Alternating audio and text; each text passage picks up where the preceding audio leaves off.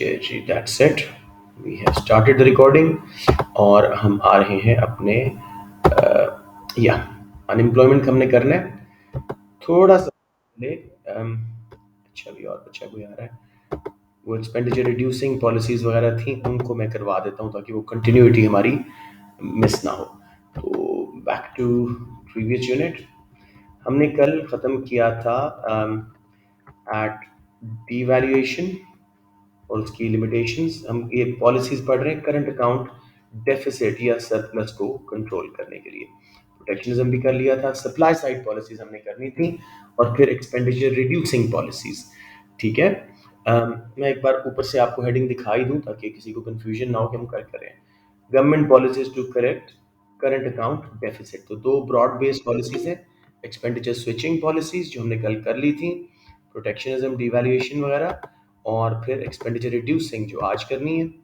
साथ में हम इनकी सप्लाई साइड पॉलिसीज को भी देखेंगे।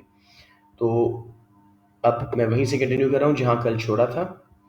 सप्लाई साइड पॉलिसी से आ रहे हैं जी, कैसे इससे करंट अकाउंट का डेफिसिट हम पहले देखते हैं कैसे रिड्यूस होता है, फिर उसका ऑपोजिट जो है वो सरप्लस के लिए होगा। I hope everybody knows what current account deficit is.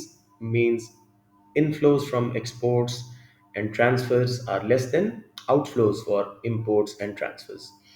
Supply side policies आपको पता ही है, government can reduce cost of production and increase aggregate supply through education and training, subsidies या infrastructure develop करके काफ़ी सारे तरीके हैं जिसकी will make domestic output more competitive in international markets, and current account of balance of payment का जो deficit है वो कम हो जाएगा। गवर्नमेंट अगर वर्कर्स को, लेट्स से हम एक एक को जरा आपके थ्रू बात कर लेते हैं।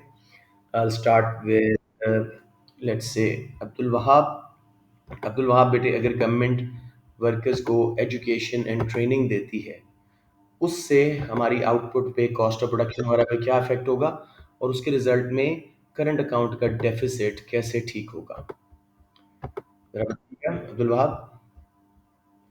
Did you understand the question? हम्म।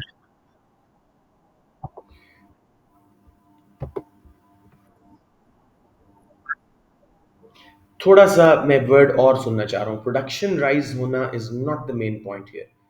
क्या राइज होगी? लेबर को आप जब स्किल्स देते हो, ट्रेनिंग देते हो, उससे प्रोडक्टिविटी राइज होगी। उससे प्रोडक्टिविटी राइज होगी जिसकी वजह से कॉस्ट ऑफ प्रोडक्शन कम होगी, जिसकी वजह से हमारी जो डोमेस्टिक आउटपुट है उसकी प्राइस कम होगी, सप्लाई बढ़ेगी। एक्सपोर्ट मार्केट्स में सस्ती एक्सपोर्ट्स होके ज़्यादा compete कर सकोगे, ज़्यादा एक्सपोर्ट्स बिकेंगी। और इम्पोर्ट्स हम कम खरीदेंगे क्योंकि लोकल गुड्स जो हैं ना सिर्फ वो सस्ती हो गई हैं प्रोडक्टिविटी बढ़ने से, स्किल्ड लेबर की वजह से उनकी क्वालिटी भी बेहतर हो सकती है। अब्दुल वहाब समझ आ गया? मैंने इसलिए दोबारा नहीं लिखा हो कि पीछे हम सारा ये पढ़ा हुआ है। अच्छा जी, let's engage some other student. Developing infrastructure, let's say हम ना क्या सर, इससे कैसे हमारी करंट अकाउंट का बैलेंस ऑफ पेमेंट डेफिसिट ठीक हो सकता है?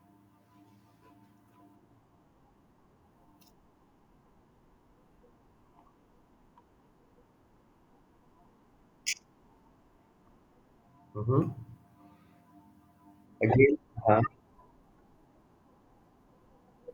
International international companies current account में रिकॉर्ड नहीं होता, एएस में सिर्फ करंट अकाउंट है, वो फाइनेंशियल अकाउंट में रिकॉर्ड होता है। बैलेंस ऑफ पेमेंट इंप्रूव होता है, हमने सिर्फ करंट अकाउंट की हद तक देखना है। तो ये बात गलत हो गई। थोड़ा सा अगेन हम ना, you miss the same point as Abdul Wahab. Developing infrastructure, hard infrastructure की हम यहाँ पे बात कर रहे हैं, such as roads, you know, communication channels, bridges. इससे क्या होता है, डिस्ट्रीब्यूशन कॉस्ट कम होती है, रॉ मटेरियल्स का प्रोडक्शन, यू नो, प्लेसेस पे पहुंचना, और आउटपुट का पोर्ट्स एंड एयरपोर्ट्स के थ्रू मुल्क से बाहर जाना या अंदर आना, डिस्ट्रीब्यूशन कॉस्ट कम होती है। डिस्ट्रीब्यूशन कॉस्ट कम होने से कॉस्ट ऑफ प्रोडक्शन कम होती है, और कॉस्ट ऑफ प्रोडक्शन कम होने से हमारी एक्सपोर्ट सस्ती, इंटरनेशनल मार्केट में कंपेटिटिव हो गई। इंपोर्ट्स हमें महंगी लगी क्योंकि अपने मुल्क में सस्ती चीज़ें बन रही थी। इसकी वजह से करंट अकाउंट का डेफिसिट हम रिमूव कर सकते हैं। हम ना समझ आया, इन सब सप्लाई साइड पॉलिसीज में कॉस्ट ऑफ प्रोडक्शन को कम करवाना बहुत लाजमी है। You got it now? अब आसान वाला करते हैं जी, सब्सिडीज और ये मैं दे रहा हूँ सयाब अली चौधरी को। लकास, मुझे बताइए मेरा बेटा, सब्सिडीज से कैसे हमारी सप्लाई साइड और उसके बाद करंट अकाउंट का डेफिसिट दूर किया जा सकता है।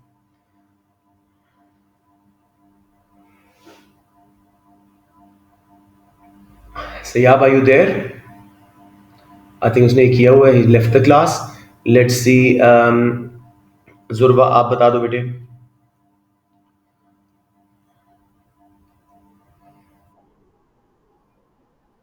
सब्सिडीज, सब्सिडीज आपको बता रहा हूँ कि उससे बताएं कैसे हमारी सप्लाई साइड पे क्या असर पड़ेगा और एक्सपोर्ट्स इंपोर्ट्स पे और करंट अकाउंट डेफिसिट कैसे ठीक होगा।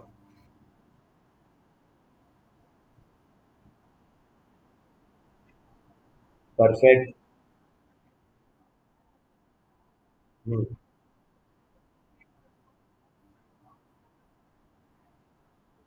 हम्म।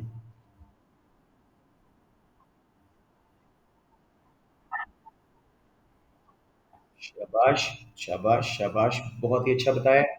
थोड़ा सा इसमें ऐड कर दूं, सब्सिडीज से कॉस्ट ऑफ प्रोडक्शन कम होती, माइक बंद करते बेटे। सब्सिडीज से कॉस्ट ऑफ प्रोडक्शन कम होती है, जिसकी वजह से हमारी एक्सपोर्ट्स चीपर हो जाएंगी, डोमेस्टिक गुड्स भी चीपर हो जाएंगी, तो एक्सपोर्ट्स ज़्यादा, इंपोर्ट्स कम। साथ में एक्सपोर्टर्स को डायरेक्टली भी सब्सिडीज दी जा सकती हैं, जिससे अगेन एक्सपोर्ट्स इंटरनेशनल मार्केट में ज़्यादा कंपेटिटिव और उनकी सेल्स ज़्यादा। किसी का माइक ऑन है? बंद कर दे जी। बिल्कुल है, इससे मुकाबले में इसलिए मैं नीचे करवाऊंगा इसकी नुकसान, ठीक है। ठीक है ना शरियार, अभी हम देखें वो कैसे इफेक्टिव हो रही हैं। अच्छा, लास्ट एक कर लेते हैं, supply side policies. Reducing barriers to entry या डीरेगुलेशन। शहरियार आप ही बता दें। अगर गवर्नमेंट बैरियर्स टू एंट्री हटाती है, लाइसेंसेस वगैरह आसान करती है नए फर्म्स के सेटअप के लिए, उससे कैसे हमारा करंट अकाउंट डेफिसिट कम हो सकता है। मुल्क में आएंगे नहीं, हमारे मुल्क में अपनी फर्म ही ज्यादा एस्टेब्लिश किया। हम्म, शाबाश।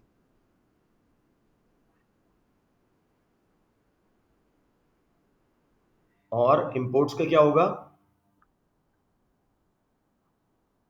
परफेक्ट, बिल्कुल सही है। तो मैं, बिकॉज रिकॉर्डिंग में बच्चों की आवाज़ नहीं आती, मैं रिपीट करता हूँ, शहरियार ने बिल्कुल सही बोला है। डीरेगुलेशन यानी लॉज को आसान करना, लाइसेंसिंग रिक्वायरमेंट्स कम करना, उससे ज़्यादा फर्म सेटअप होंगी इंडस्ट्री में, इसकी वजह से सप्लाई बढ़ेगी, कंपटीशन बढ़ेगा, कंपिटिटिवनेस नहीं, यहाँ पे कंपटीशन बढ़ेगा। कंपटीशन बढ़ने से फर्म्स प्राइसेस कम करेंगी, एज अ रिजल्ट आपकी जो है एक्सपोर्ट सस्ती हो जाएंगी, उनकी डिमांड बढ़ेगी, इंपोर्ट्स आपको महंगी लगेंगी, लोकल फर्म्स अब ज़्यादा कंपटीशन की वजह से लोअर प्राइस पे बेच रही हैं। एज अ रिजल्ट आपका करंट अकाउंट डेफिसिट रिड्यूस हो सकता है। लिमिटेशंस क्या है जी? सबसे पहले इन सब में कॉस्ट है, गवर्नमेंट को बहुत स्पेंड करना पड़ रहा है, उसके रिजल्ट में अपॉर्चुनिटी कॉस्ट है, जो other areas where government could have spent वो मिस हो जाएंगे। ये सारी सप्लाई साइड पॉलिसीज बहुत स्लो टू ऑपरेट हैं।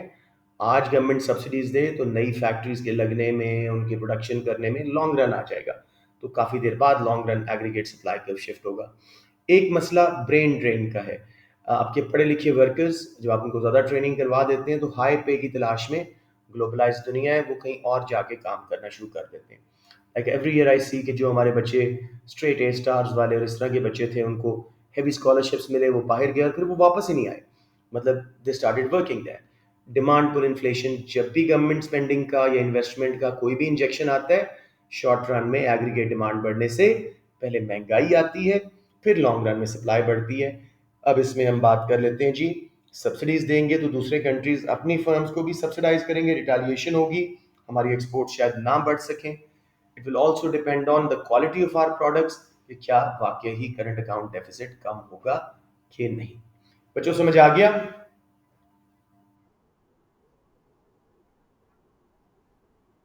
ये लिखा हुआ है, ये लिखा हुआ है। जी, आप यही कहना चाहते, हाँ यही कहना चाहते हैं ना, opportunity cost.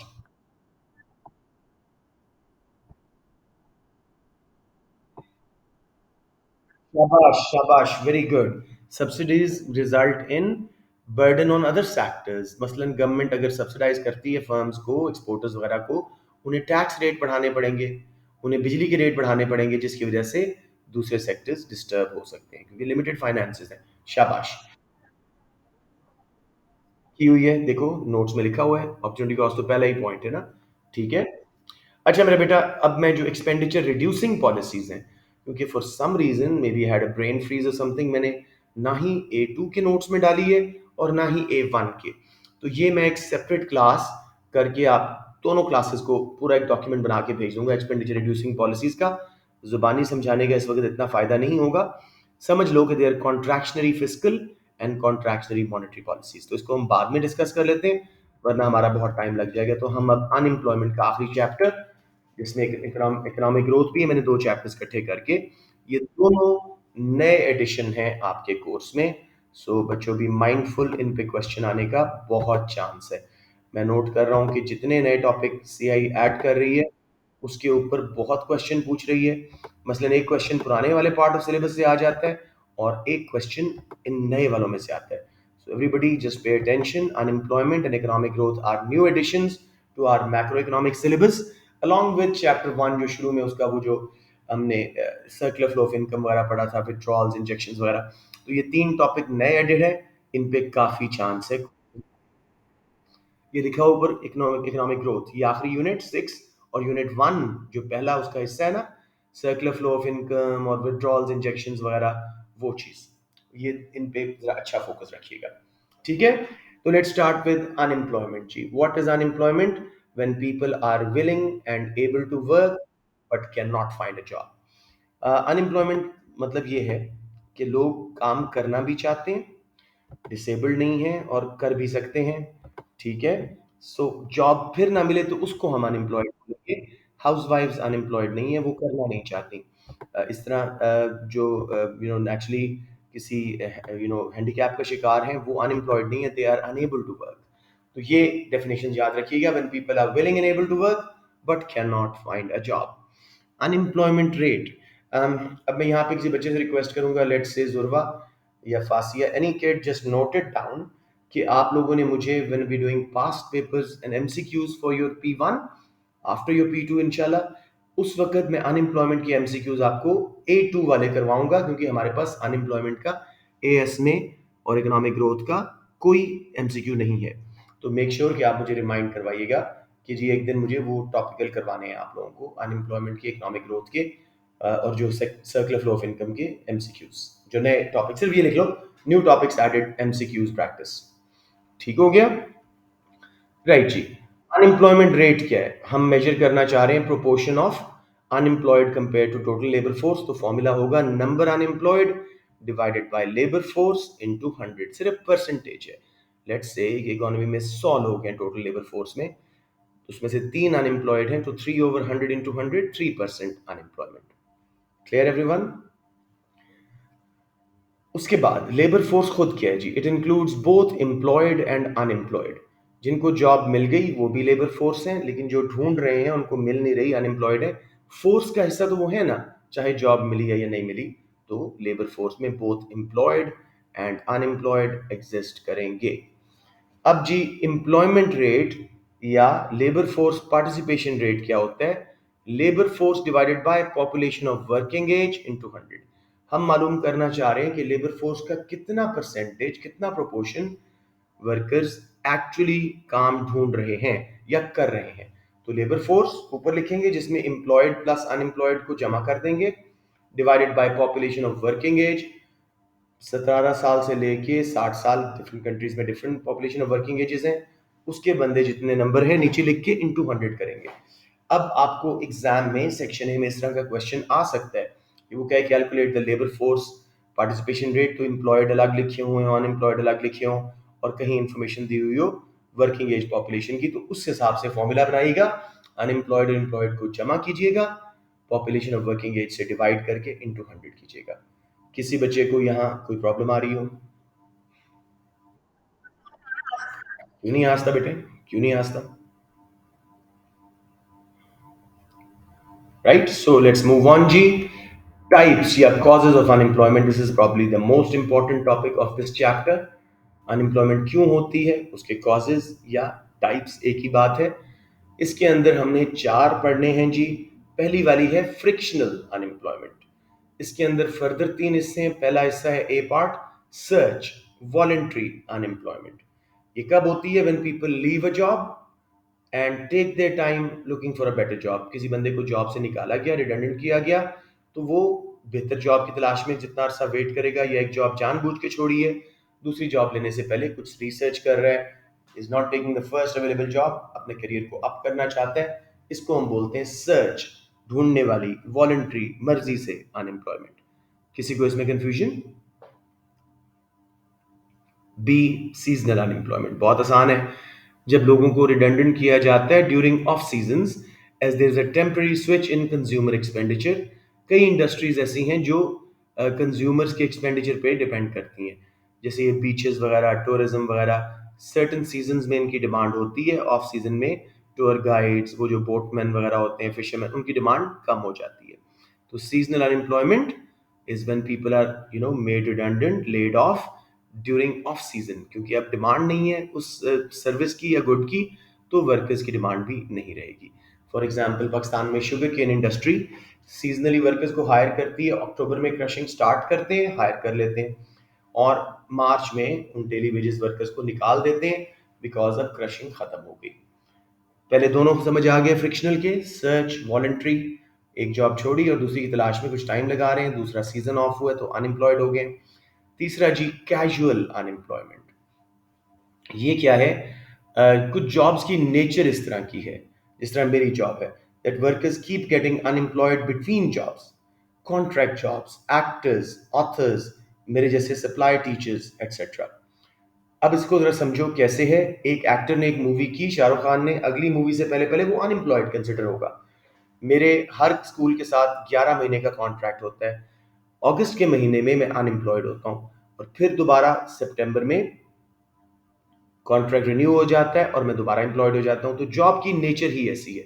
Actors, authors, supply teachers वगैरह एक जॉब से दूसरी जॉब के बीच में अनएम्प्लॉयड होंगे। तो ये तीनों मिल मिला के फ्रिक्शनल अनएम्प्लॉयमेंट बनी है।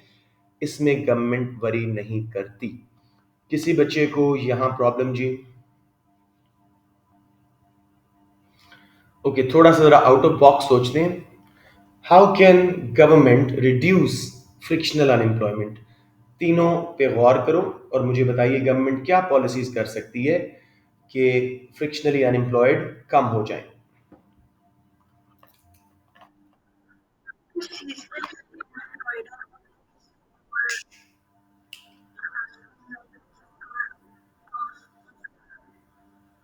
Very good. मसलन आप में ख्याल कहना ये चाह रहे हो कि उनको ट्रेनिंग करवाया जाए, जो सीजनल अनएम्प्लॉयड हैं उन्हें ट्रेनिंग करवाई जाए किसी और स्किल में, कि जब वो ऑफ सीजन में अनएम्प्लॉयड हैं तो वो दूसरी जॉब कर सकें। राइट चमन? डायरेक्ट टैक्सेस कम करने से सीजनल कैजुअल पे कोई फर्क नहीं पड़ेगा। और कोई बताएं? खुद सोचो इनके कॉजेज और फिर उसके हिसाब से गवर्नमेंट की पॉलिसी सोचें। सर्च अनएम्प्लॉयड जो वर्कर्स हैं, जो ढूंढ रहे हैं जॉब, उनको गवर्नमेंट क्या प्रोवाइड कर सकती है कि वो जल्दी जॉब ढूंढ सके?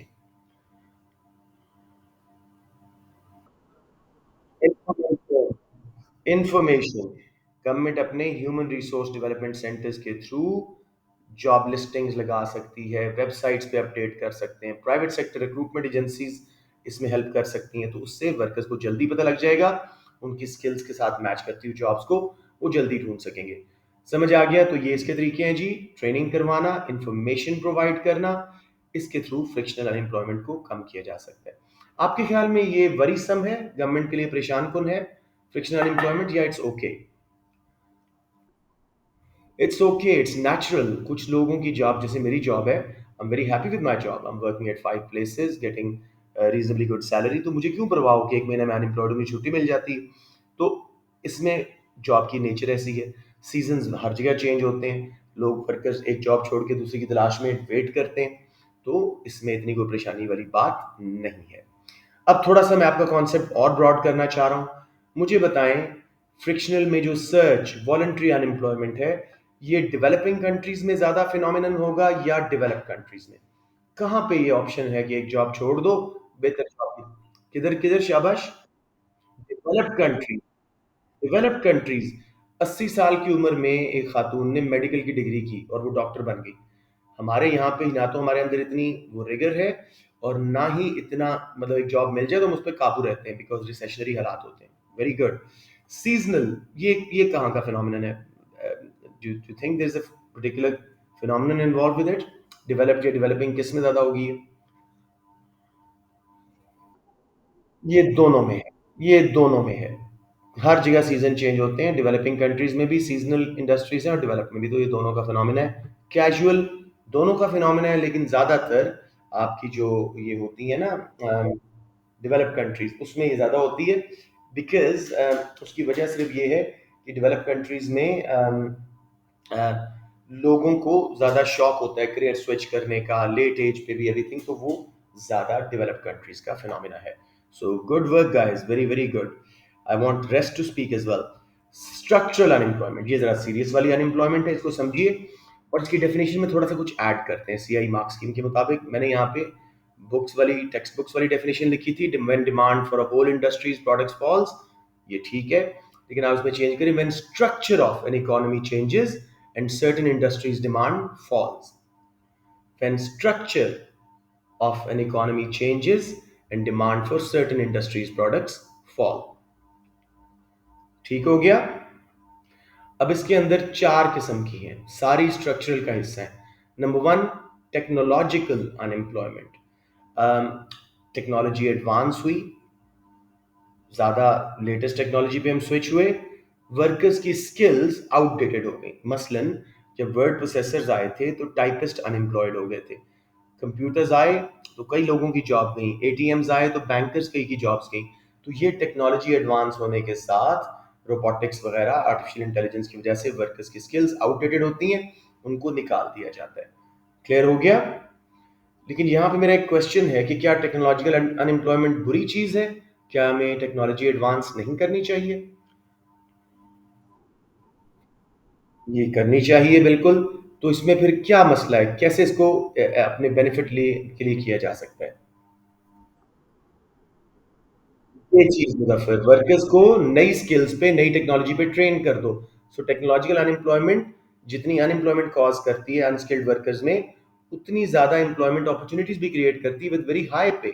ठीक है, तो workers can update themselves on new trainings and technology. Number two जी, इसके अंदर बी पार्ट, ये भी स्ट्रक्चरल का हिस्सा है। Change in fashion taste trends etcetera.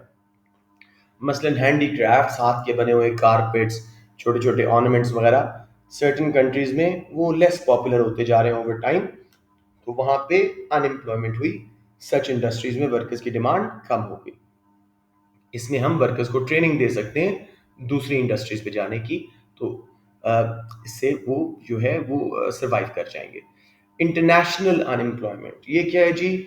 जब कोई इंपोर्टेड गुड या सर्विस लोकल प्रोडक्ट को रिप्लेस कर दे। मसलन चाइना ने दुनिया में काफ़ी इंटरनेशनल अनएम्प्लॉयमेंट की, specially Chinese products were pretty cheap and reasonably good quality, साथ में वो डंपिंग भी करते रहे, लॉस पे भी बेचते रहे, जिसकी वजह से वर्ल्ड वाइड इंटरनेशनल अनएम्प्लॉयमेंट हुई। इसका हमारे पास क्या हल है? हम कैसे इंटरनेशनल अनएम्प्लॉयमेंट बचाएं कि अपनी लोकल गुड्स बिकें और बाहर वाली? Tariffs, quotas, protectionism, devaluation of currency. शाबाश, आप बड़े अच्छे लॉजिकली सोचना शुरू हो गए हो। किसी को प्रॉब्लम जी इन तीनों में, स्ट्रक्चरल की टाइप्स में? अब आखिरी टाइप है जी डिक्लाइनिंग इंडस्ट्रीज, यानी रीजनल अनएम्प्लॉयमेंट। जब डिक्लाइनिंग इंडस्ट्रीज एक पर्टिकुलर रीजन में लोकेटेड हों, डिक्लाइनिंग इंडस्ट्रीज आपको पता ही है जिनका टेन्योर खत्म हो गया, वो बंद होने वाली हैं। तो जब वो बंद होगी, एक पर्टिकुलर एरिया पूरा अनएम्प्लॉयड हो जाएगा। जैसे गॉड फॉरबिड सियालकोट हमारा स्पोर्ट्स गुड्स पे करता है स्पेशलाइज, अगर स्पोर्ट्स गुड्स की दुनिया में ये डिमांड गिरती है तो वो पूरी रीजन सियालकोट की रीजनली अनएम्प्लॉयड हो जाएगी, और ये भी स्ट्रक्चरल का हिस्सा है।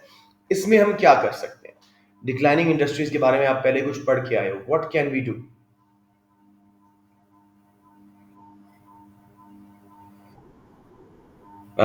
मसलन मसलन थोड़ा बताएं कैसे। अच्छा, यहाँ थोड़ा मसला आ रहा है शायद। प्रोटेक्शनिज्म यूज करें ताकि इनकी डिक्लाइन लंबी हो जाए और वर्कर्स ट्रेनिंग लेके किसी और इंडस्ट्री में चले जाएं। सब्सिडीज दें इनको, शाबाश। सो दैट इज इट जी, स्ट्रक्चरल। बेटे आपने सनसेट इंडस्ट्रीज का नहीं पढ़ा था? कि वो खत्म होने वाली हैं, उनके खिलाफ प्रोटेक्शनिज्म करना जरूरी है उनके हक में, ताकि इंपोर्टेड गुड्स के मुकाबले में वो बंद ना हो जाए और workers can train and move to other industries and save mass unemployment. अब मुझे बताएं जी, इनमें से कौन सा, जी जी मेरे बेटा।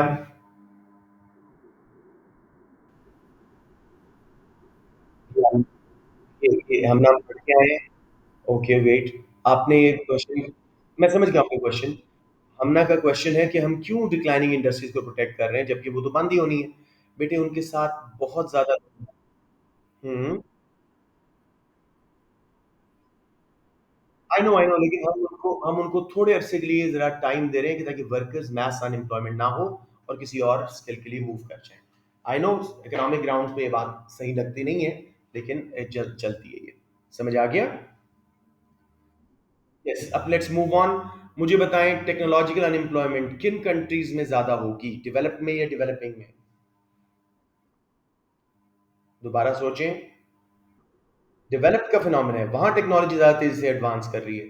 हमारे बैंक्स में अभी भी बंदे बैठे होते हैं, बाहर के बैंक की ब्रांच में एक मैनेजर होता है, कोई लोग खास नहीं होते, खाली पड़ी होती है, इट्स ऑल ऑटोमेटेड। थोड़ा सा इसमें एक बात जरा समझने की कोशिश करें। डेवलपिंग एंड डेवलप की टर्म मैं तो यूज कर रहा हूं आउट ऑफ हैबिट। ये टर्म्स अब सीआई ने और आईएमएफ ने खत्म कर दी हैं। अब बोलते हैं जी low income countries and high income countries.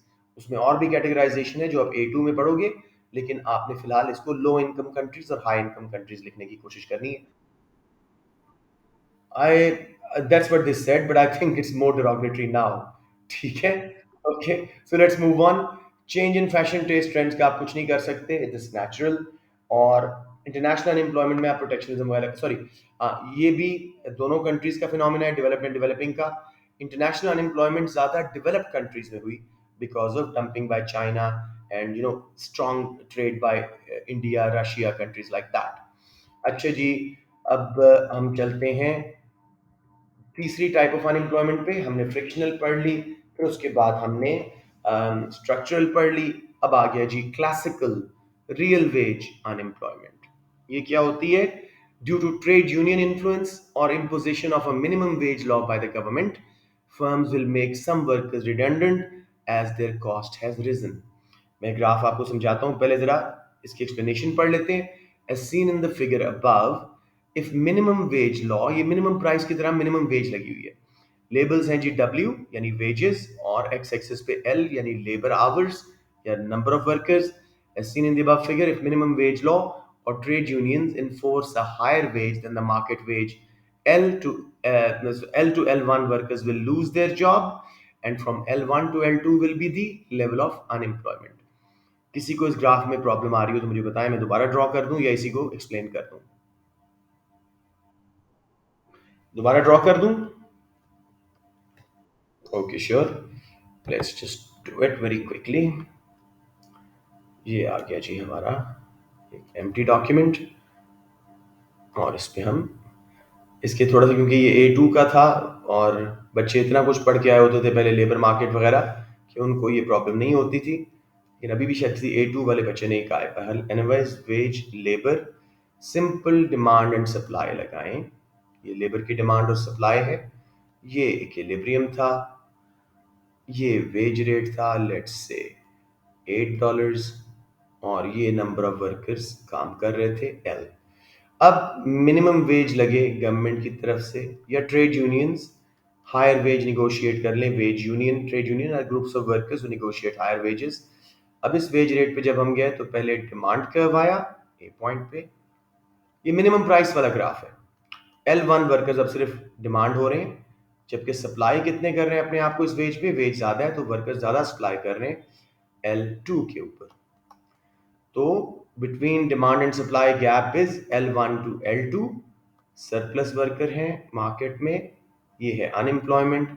और पहले कर रहे थे L तक job, L to L1 is job losses. Anyone who's struggling here?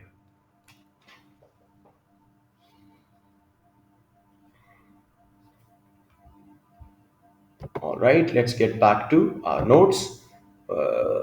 इसको बंद करते हैं जी, और नोट्स किधर गया है? ओके, ये हो गया जी। अब है आखिरी सबसे सीरियस टाइप, साइक्लिकल मैस अच्छा सॉरी, इसका मुझे बता दें, ये किस कंट्री का फिनोमेना है, डेवलप का या डेवलपिंग का? Classical real wage unemployment. जी बेटे, दोनों में हो सकता है, दोनों में हो सकता है, लेकिन ट्रेड यूनियन ज्यादा स्ट्रांग डेवलपिंग कंट्रीज में, हमारे जैसे कंट्रीज में, इसलिए ये ज्यादा डेवलपिंग कंट्रीज का फिनोमेना है। लास्ट जी, cyclical, mass, Keynesian, demand deficient unemployment, इसके चार नाम मैंने यहाँ पे लिखे हुए हैं। Cyclical means, sure sure, developing में ज्यादा होती है। जी।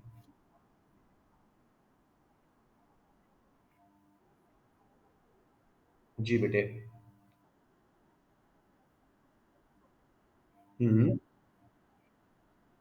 इसीलिए तो ज़्यादा हैं, अच्छे हालात नहीं है ना, ट्रेड यूनियंस की ज़रूरत है। हमारी ट्रांसपोर्टेशन की इंडस्ट्री में देख लो, लेदर में, टेक्सटाइल में काफ़ी स्ट्रॉन्ग ट्रेड यूनियंस हैं। और वो क्योंकि इतने पढ़े लिखे वर्कर्स नहीं हैं, वो बार बार स्ट्राइक्स की धमकियां दे के पहिया जाम हड़ताल वगैरह कर देते हैं। तो इसलिए हमारे यहाँ पे ये अनएम्प्लॉयमेंट ज़्यादा एग्जिस्ट करती है। बाहर की trade unions have become more accustom with the fact कि भाई इट्स बेटर कि बिजनेसेस चलते रहें, तो वो प्रोडक्टिविटी एग्रीमेंट वगैरह साइन करके फैक्ट्रियों को बंद नहीं करते, वेजेस बढ़ाने के लिए और तरीकों से प्रोटेस्ट करते हैं। ठीक हो गया। नंबर फोर थी classical, mass, Keynesian, demand deficient unemployment. ये क्या है जी? क्लासिकल साइकिल किसको क्यों बोलते हैं?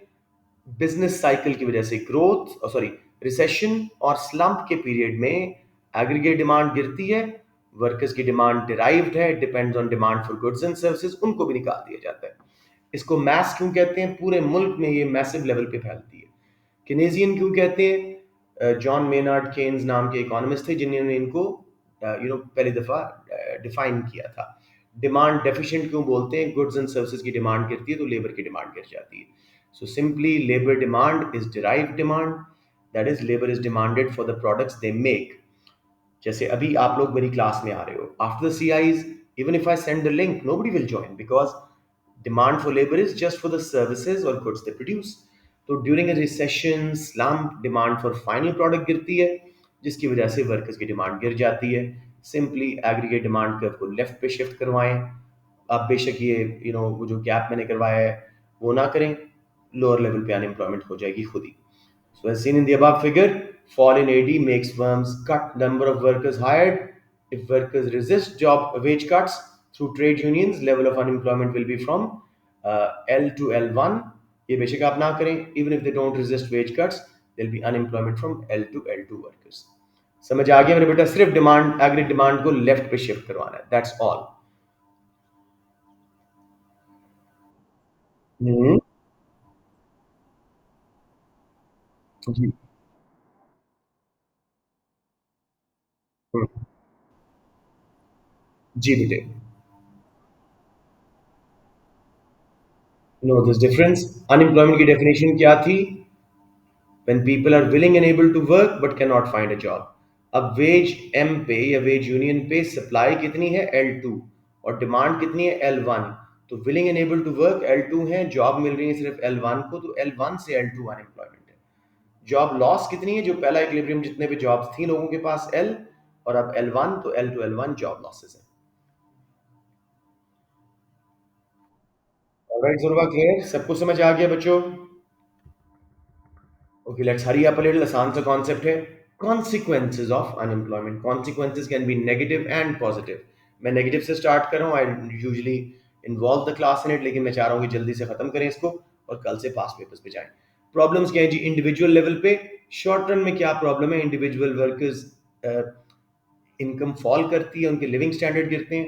लॉन्ग रन प्रॉब्लम्स क्या हैं? D skilling, they lose the skills, उन्हें काम करना भूल जाता है, या टेक्नोलॉजी एडवांस हो जाती है, वो आउटडेटेड हो जाते हैं और उनकी री एम्प्लॉय होने के चांसेस बहुत कम रह जाते हैं। डिप्रेशन एंड क्राइम रेट्स में राइज, ये सोशल प्रॉब्लम्स आती हैं अनएम्प्लॉयमेंट की वजह से। जैसे आपके मुल्क में इस वक्त अनएम्प्लॉयमेंट फैली हुई है, लास्ट 3 इयर्स में 19,000 cell phones snatching and mugging के केसेस हुए हैं। मेरा वॉलेट भी किसी ने उठा लिया गाड़ी में से।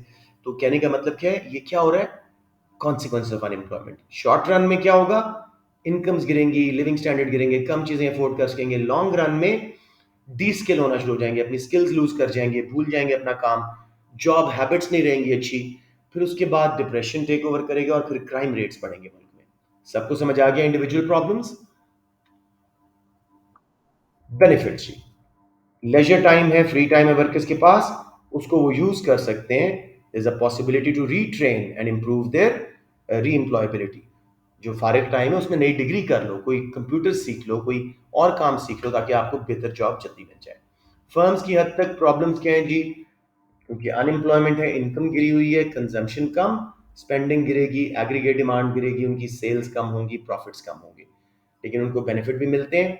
Easy availability of skilled and unskilled workers. इतनी अनएम्प्लॉयमेंट है, लो रेट्स पे आपको स्किल्ड वर्कर भी मिल रहा है और अनस्किल्ड वर्कर तो बड़ी आसानी से मिल रहा है। फर्म्स को कोई ट्रेड यूनियन का प्रेशर नहीं फेस करना पड़ेगा, लोअर वेजेस देंगे, कॉस्ट कम होगी, कंपेटिटिव हो जाएंगे।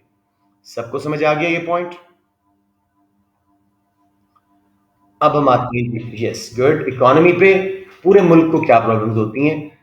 गवर्नमेंट का टैक्स रेवेन्यू फॉल हो जाता है, both direct and indirect taxes से। डायरेक्ट से क्यों? इनकम्स कम है। और इनडायरेक्ट टैक्सेस से क्यों? स्पेंडिंग कम है। And they will have to spend more on unemployment benefits. This will result in a budget deficit. Budget क्या होता है गवर्नमेंट का? स्पेंडिंग प्लान्स एंड टैक्सेस से रेवेन्यू जो आ रहा है उसका बैलेंस। बजट डेफिसिट हो जाता है और बोरोइंग की नीड पैदा हो जाती है। ये समझ आ गया problem? Okay, low incomes will lead to low savings and then low investment, causing a fall in growth and development. ये एक डेवलपमेंट ट्रैप है। इनकम्स जब कम है तो लोग सेविंग कम कर पा रहे हैं, सेविंग्स कम है तो बैंक्स लेंड कम कर रहे हैं, फर्म्स इन्वेस्ट कम कर पा रही हैं लोन्स लेके, ग्रोथ कम हो रही है, इकोनॉमिक ग्रोथ, डेवलपमेंट गिर रही है। Country will produce inside it's PPC, hence inefficiency हो रही है रिसोर्स यूसेज में। हर बुरी चीज के कुछ बेनिफिट्स भी होते हैं, प्रॉब्लम ऑफ अनएम्प्लॉयमेंट के साथ कुछ बेनिफिट्स भी हैं। Reduce pollution, reduce production will result in low external cost. Example pollution, कम फैक्ट्रियां चल रही हैं, अनएम्प्लॉयमेंट है, रिसेशन है, तो एज ए रिजल्ट आउटपुट कम है तो पोल्यूशन कम है, नॉइज कम है, कंजेस्शन कम है। दोनों demand pull and cost push inflation कम होंगी। डिमांड पुल कैसे? इनकम्स कम होने की वजह से, स्पेंडिंग कम होने की वजह से एग्रीगेट डिमांड गिरेगी, डिमांड पुल इन्फ्लेशन कम। वर्कर्स हाई वेजेस नहीं मांगेंगे, ट्रेड यूनियन स्ट्राइक्स पे नहीं जाएंगे, लो वेजेस पे काम करने आ जाएंगे, तो कॉस्ट पुश इन्फ्लेशन, फर्म्स की वेज कॉस्ट कम होने से कम हो जाएगी। सबको समझ आ गया? कोई कंफ्यूजन यहाँ पे? आप मुझे बताएं खुद, जब अनएम्प्लॉयमेंट है तो इनकम्स पे क्या असर पड़ेगा? इनकम्स कम होंगी तो कंजम्पशन पे क्या असर पड़ेगा? कंजम्पशन कम है तो फर्म्स की इन्वेस्टमेंट पे क्या असर पड़ेगा? तो सी प्लस आई, दो विड्रॉल्स हुए कंजम्पशन और इन्वेस्टमेंट के, एग्रीगेट डिमांड कर्व लेफ्ट पे शिफ्ट हुआ, डिमांड पुल इन्फ्लेशन फॉल हो गई। Got it? या now let's go to measurement of unemployment. ये भी नया टॉपिक है, ऑफ कोर्स पूरा चैप्टर ही नया है आपके लिए। ये थोड़ा सा टीडियस है, जल्दी से कोशिश करते हैं कि इसको हम खत्म करें। मेरा जो आइडिया था कि आज की क्लास में चैप्टर खत्म करें, लग नहीं रहा, मुझे लगता है इकोनॉमिक ग्रोथ छूट जाएगी। चलें, लेट्स मेक श्योर कि कल सुबह वो कल पहले पहले हिस्से में करके हम सेक्शन ए पहला कल कर सकें P2 का। अब बाकी दिनों में हमने P2s ही करने हैं, तो इंशाल्लाह ताला बारिंग द ईद हॉलीडेज, एक दो मैं ऑफ करूंगा, ये जो 27वीं की रात या 21वीं की रात, एक दो ऑफ करूंगा फॉर इबादत, हम सब करें इंशाल्लाह। और उसके अलावा दो एक छुट्टियां ईद की, चार छुट्टियां, 5 को आपका पेपर है, तो still will have around 20 classes. तो मेरी पूरी कोशिश है कि आपको 8-10 पेपर तो करवा दूं, ठीक है? 2 दिन में एक P2 हो जाता है, तो 10 पेपर इंशाल्लाह मेरी तरफ से हो जाएंगे। 23 के दो, 22 के साथ, और एक दो 21 के पीछे से आप खुद कर रहे हैं, तो इंशाल्लाह 4-5 साल के हो गया तो बहुत अच्छा रिजल्ट आने का चांस है। पहला है जी मेजरमेंट ऑफ अनएम्प्लॉयमेंट में दो मेजर मेजरमेंट हैं तरीके। एक है जी क्लेमेंट काउंट मेजर, दूसरा है लेबर सर्वे मेजर। तो हम क्लेमेंट काउंट को समझते हैं। क्लेमेंट कौन होते हैं? This means number of people who have claimed unemployment benefits. Job छूटी, उन्होंने क्लेम दाखिल किए कि हमें हेल्प करे गवर्नमेंट, हमें अनएम्प्लॉयमेंट बेनिफिट्स घर बैठे बैठे कुछ पैसा दे। तो इसका फॉर्मूला बहुत आसान है रेट ऑफ अनएम्प्लॉयमेंट का, Clements divided by claimants plus employed into 100। Clements क्या है? जिन्होंने क्लेम दाखिल किए हुए हैं। उनको डिवाइड करना है, क्लेमेंट्स जिन्होंने क्लेम दाखिल किए हैं प्लस जिनके पास जॉब है, यानी क्लेमेंट्स प्लस एम्प्लॉयड को हम लेबर फोर्स बना रहे हैं, क्लेमेंट्स को अनएम्प्लॉयड मान रहे हैं। तो basically formula number unemployed divide by labour force into 100 को हमने चेंज किया, Clements divided by claimants plus employed into 100। समझ आ गया मेरे बच्चों? हमने जब अनएम्प्लॉयमेंट रेट कैलकुलेट करना था तो उसमें तो यही किया था ना, number unemployed divided by labour force was employed plus unemployed. हमेशा अनएम्प्लॉयमेंट रेट कैसे निकलता है? Number unemployed compare to total labour force. इसमें लेबर फोर्स में हम क्लेमेंट्स को अनएम्प्लॉयड मान रहे हैं और एम्प्लॉयड तो जो है वो तो है ही जॉब में, वो लेबर फोर्स का हिस्सा बन जाएंगे। समझ आ गया? So claimants divide by claimants plus employed into 100। बहुत आसान ये मेजर है, इसलिए एडवांटेज क्या है? Relatively cheap to find out. Government के पास ही क्लेम्स दाखिल हैं, अपने ऑफिस से अपने कंप्यूटर से वो रिजल्ट निकालते हैं कि इतने अनएम्प्लॉयड हैं, इतने क्लेमेंट्स हैं। और very quick to calculate, of course सारा डेटा गवर्नमेंट के पास ही है। Inactive population will be excluded from the unemployed. जिन्होंने जॉब नहीं कर रहे, जो अनविलिंग है, हाउस वाइफ वगैरह, वो ऑटोमेटिकली इसमें से निकल जाएंगे। तो इस लिहाज से इसका ये एडवांटेज बन जाएगा। प्रॉब्लम्स क्या है जी? Government manipulation. गवर्नमेंट अक्सर अनएम्प्लॉयमेंट के फिगर्स को अंडरस्टेट कर देगी फॉर पॉलिटिकल रीजंस। जैसे अब अगर इनकी गवर्नमेंट है पीडीएम की, तो ये कहेंगे इमरान खान के दौर में इतनी अनएम्प्लॉयमेंट थी, हमारी कम, क्लेमेंट काउंट यूज करके फिगर्स को मैनिपुलेट करके। अगर कोई लोन शोन लेना है तो अंडर अनएम्प्लॉयमेंट को ज्यादा दिखाएंगे ताकि बाहर की एजेंसीज लोन दे दें। तो गवर्नमेंट इसको मैनिपुलेट करती है अपने मर्जी से। सेकेंडली, गवर्नमेंट अक्सर में चेंज रूल्स ऑफ एलिजिबिलिटी, कि कौन एलिजिबल है, किसको क्लेम दिया जा सकता है, अनएम्प्लॉयमेंट दी जा सकती है। फॉर एग्जाम्पल, अगर वो कहें one must be unemployed for more than 4 weeks to qualify for benefit claim, तो उस वक्त कई लोग जो अभी अभी ताज़ा जिनकी जॉब छुट्टी है वो क्लेम नहीं कर सकेंगे बेनिफिट्स, और अनएम्प्लॉयमेंट नंबर छोटा नजर आएगा, अनएम्प्लॉयमेंट रेट। समझ आ रही है बात? दोनों पॉइंट समझ आ गए? ओके जी। Some unemployed people may choose not to claim benefits. उसकी वजह क्या होती है? As they may have other sources of income such as family support. मतलब आपकी जॉब छूटी है, क्लेम दाखिल करने की बजाय आपने कहा कोई नहीं, मुझे नई जॉब मिल जाएगी, या फैमिली हेल्प कर रही है, 2-4 महीने में नई जॉब मिल जाएगी, तो लोग कई क्लेम दाखिल ही नहीं करते, तो अनएम्प्लॉयमेंट रेट थोड़ा नजर आता है। लास्टली जी, second last sorry, there may be lack of information और लैक ऑफ जॉब सेंटर्स। या तो लोगों को पता नहीं है कैसे क्लेम फाइल करना है, कहाँ ऑफिसेज हैं गवर्नमेंट के जहाँ क्लेम फाइल किए जाते हैं अनएम्प्लॉयमेंट के बेनिफिट लेने के लिए, या फिर जॉब सेंटर्स ही बहुत कम है। जैसे मुझे पाकिस्तान में लाहौर में एक एचआरडीसी सेंटर है, महकमा बहाली मजदूरान बहबूद आबादी समथिंग लाइक दैट, इधर इचरा ब्रिज के पास। मुझे क्यों पता है? वो क्रेसेंट स्कूल जाते हुए रास्ते मेरे आता है। पता ही नहीं था, सारी जिंदगी जॉब की, पता ही नहीं था कि कहाँ पे पाकिस्तान में जॉब सेंटर है। तो कई दफ़ा जॉब सेंटर्स की कमी होती है या इंफॉर्मेशन की कमी होती है वर्कर्स के पास, कि जॉब सेंटर्स कहाँ हैं, कैसे क्लेम दाखिल करने हैं। लास्टली जी, इसी वजह से दिस मेजर में not be useful in developing countries like Pakistan, जहाँ पे अक्सर गवर्नमेंट्स के पास फंड्स अवेलेबल नहीं होते क्लेम्स देने के लिए, तो लोग क्लेम दाखिल नहीं करते, तो अनएम्प्लॉयमेंट रेट बहुत थोड़ा नजर आता है। समझ आ गया मेरे बच्चों, या कोई इसमें मजीद हेल्प कर दूं?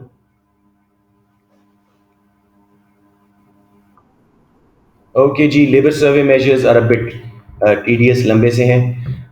ये इंटरनेशनल लेबर ऑर्गेनाइजेशन का सर्वे है। More widely used measure is a labour force survey as per international labour organisation's definition of unemployment.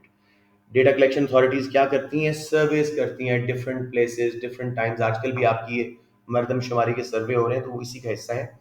And to collect information about employed, unemployed, wage rates and working conditions etcetera. और ये काफ़ी frequently surveys साल में 2-3 बार भी किए जा सकते हैं, या सालाना किए जा सकते हैं। तो लेबर सर्वे मेजर्स में हम क्या कर रहे हैं? सर्वेज कर रहे हैं क्वेश्चनर्स के थ्रू, इंटरनेशनल लेबर ऑर्गेनाइजेशन की डेफिनेशन के मुताबिक। तो डेटा क्या कलेक्ट किया जाता है? डेटा कलेक्शन अथॉरिटीज मालूम करती हैं कितने लोग एम्प्लॉयड हैं, किस तरह की जॉब कर रहे हैं, उनके वेज रेट्स क्या हैं। अनएम्प्लॉयड का डेटा निकालते हैं, वर्किंग कंडीशंस का, क्या एजुकेशन लेवल्स हैं अवाम के, वो मालूम करते हैं। तो इससे काफ़ी कुछ इन्फॉर्मेशन अनएम्प्लॉयमेंट के बारे में मिल जाती है। तो क्वेश्चन के अंदर क्या क्या शामिल होता है? पहला बुलेट देखो, house hold size and structure. House hold में कितने लोग हैं, स्ट्रक्चर क्या है, यानी बाप है, बेटे कितने हैं, बेटियां कितनी हैं, स्टफ लाइक दैट। या अगर जॉइंट फैमिली है तो उसमें कितने कितने लोग किस तरह करके डिवाइडेड हैं। अकोमोडेशन डिटेल्स, ओन्ड अकोमोडेशन है या रेंटेड है, अगर ओन्ड है तो कितना साइज है, कितने रूम्स हैं, ये सारा कुछ। Demographics, population related information, age, gender, qualification, marital status, ethnicity, ये सब कुछ मालूम करते हैं। सबको पता है एथनिसिटी यानी हमारा एथनिक बैकग्राउंड, जैसे हम लोग जैसे गोरे जो होते हैं वो कॉकेशियन होते हैं, ठीक है। इसी तरह हम लोग जो हैं हमें कहा जाता है साउथ ईस्ट एशियन, तो ये एथनिसिटी है। तो कई चीज़ें मालूम की जाती हैं इन सर्वेज के अंदर। To be qualified as unemployed an individual has to be, तीन क्राइटेरिया चाहिए। Number one, be without a paid job, should be available to start work within 2 weeks, willing भी हो, एबल भी हो, और जॉब ना हो, सर्चिंग फॉर वर्क और waiting to start a job already obtained, उसको हम अनएम्प्लॉयड मानते हैं इन सर्वेज के मुताबिक। किसी को कंफ्यूजन? तो इसके बेनिफिट्स क्या हैं जी? गवर्नमेंट इसको फिगर्स को मैनिपुलेट नहीं कर सकती, इंटरनेशनल डेफिनेशन पे सर्वेज कंडक्ट हो रहे हैं और इंटरनेशनल एजेंसीज आके इसको मॉनिटर भी करती हैं। इंटरनेशनल कंपैरिजंस आर इजियर क्योंकि इंटरनेशनली एक्सेप्टेड डेफिनेशन और फॉर्मूला के मुताबिक है, तो डिफरेंट कंट्रीज के बीच में अनएम्प्लॉयमेंट रेट को कंपेयर करना ज़्यादा एक्यूरेट और ईजियर है। साथ में काफ़ी सारी इंफॉर्मेशन मिल जाती है about qualification levels of job seekers, तो हमारे पास एक अच्छा खासा data about knowledge, skills and ability of our population भी आ जाता है। लेकिन प्रॉब्लम्स क्या हैं जी? False information provide by public, कई बार लोग अपनी डिग्री ज़्यादा बता देंगे या अनएम्प्लॉयड है, शर्मिंदगी से नहीं बताएंगे, इस तरह की बात। Reliability of figures depends on number of times the surveys were conducted in a year, अगर 2 3 4 बार हो रहे हैं तो यस, जितनी ज़्यादा बार हो रहे हैं उतना रिलायबल इन्फॉर्मेशन है। Reliability also depends on skills of surveyors and equipment available for recording data. मैं इधर देख रहा होता हूँ पाकिस्तान में कम पढ़े लिखे लोग ना, उनके पास लैपटॉप्स है ना कुछ, वो आके इस तरह का सोफिस्टिकेटेड इन्फॉर्मेशन कलेक्ट कर रहे हैं, तो वो उसकी रिलायबिलिटी कम है, एक्सपेंसिव है, टाइम कंज्यूमिंग है, टीम्स हायर करनी पड़ती हैं, वो घर घर जाके इन्फॉर्मेशन लेते हैं। सैम्पलिंग एरर्स, हर घर नहीं जाते, सिलेक्ट करते हैं एक महल्ले के अंदर कि भाई हमें इतने घरों में जाना है, सो सैम्पलिंग एरर्स और डेटा कलेक्शन बायस, मार्केट रिसर्च है तो वो गलत भी हो सकती है। इनएक्टिव पॉपुलेशन भी इसमें शामिल हो जाती है, यानी दोज ऑन ट्रेनिंग स्कीम्स या जो एजुकेशन कंप्लीट कर रहे हैं, एक्टिवली भी जॉब नहीं ढूंढ रहे, वो भी इसमें शामिल हो जाते हैं, हम सबकी इंफॉर्मेशन ले रहे होते हैं। जी मेरे बच्चों, कोई कंफ्यूजन विद अनएम्प्लॉयमेंट के मेजर्स? कल हम इंशाल्लाह इकोनॉमिक ग्रोथ करेंगे, बहुत आसान है, और उसका एक कॉमन क्वेश्चन करेंगे डिस्कस का, ये वाला, discuss economic growth is always beneficial for an economy, और उसके बाद हमारा सिलेबस खत्म। कल हम इंशाल्लाह 2023 का मार्च का जो लेटेस्ट पेपर आया इंडिया में न्यू पैटर्न पे, काफ़ी आप लोगों को हेल्पफुल होगा इंशाल्लाह उसको करना, उसका सेक्शन ए हम करेंगे। जी मेरा बेटा, किसी ने कुछ पूछना था? यस बेटे।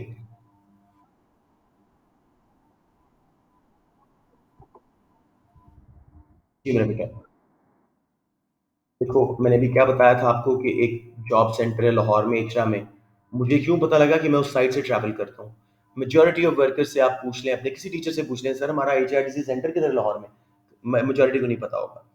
तो हमारे कंट्रीज में जहाँ जॉब सेंटर्स ही बहुत कम है या उसके बारे में इंफॉर्मेशन बहुत कम है, तो लोग क्लेम्स दाखिल नहीं करते, प्लस गवर्नमेंट के पास बजट ही नहीं है क्लेम देने के लिए, तो ये बड़ा इनफेक्टिव मेजर है, बहुत कम लोग क्लेम दाखिल करेंगे, तो अनएम्प्लॉयमेंट रेट थोड़ा लगेगा। वेलकम मेरे बेटा, so that's it जी, I am closing the class unless you have a question and finishing recording। yes मेरे, उफ आज तो बच्चे बहुत कम है जी। लेबर सर्वे का एडवांटेज टू, उस वक्त क्यों नहीं पूछा? Let's see ji.